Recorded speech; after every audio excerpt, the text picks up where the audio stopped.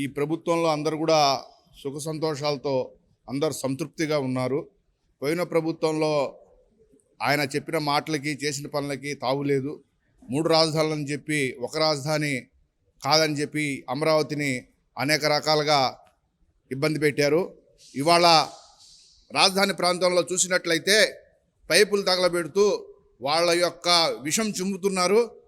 దాన్ని నారా చంద్రబాబు నాయుడు గారు దర్యాప్తు చేసి ఎవరైతే ఈ కుట్రకి బాధ్యులు ఉన్నారో వాళ్ళని అరెస్ట్ చేసి అమరావతి ప్రాంతంలో ఎటువంటి కుట్రలు జరగకుండా ఈ ప్రభుత్వం కాపాడాలని, అమరావతిని కాపాడాలని మీరు ఒకటే చెప్తున్నా. జగన్మోహన్ రెడ్డి గారు, మీరు 3 స్టాండ్లా 1 స్టాండా మీరు తెలుసుకోండి.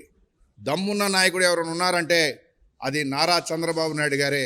ఒకే రాజధాని అని చెప్పి ప్రజల్లోకి వెళ్తే ఆయనకు వచ్చిన ప్రజా మద్దతును మీరు ఓర్వలేక ఈ రకంగా మీకు మీ యొక్క కిరాయి మనుషుల్ని పెట్టి నియోజకవర్గ అమరావతిని మొత్తం నాశనం చేయాలని కుట్ర పన్నుతున్నారు.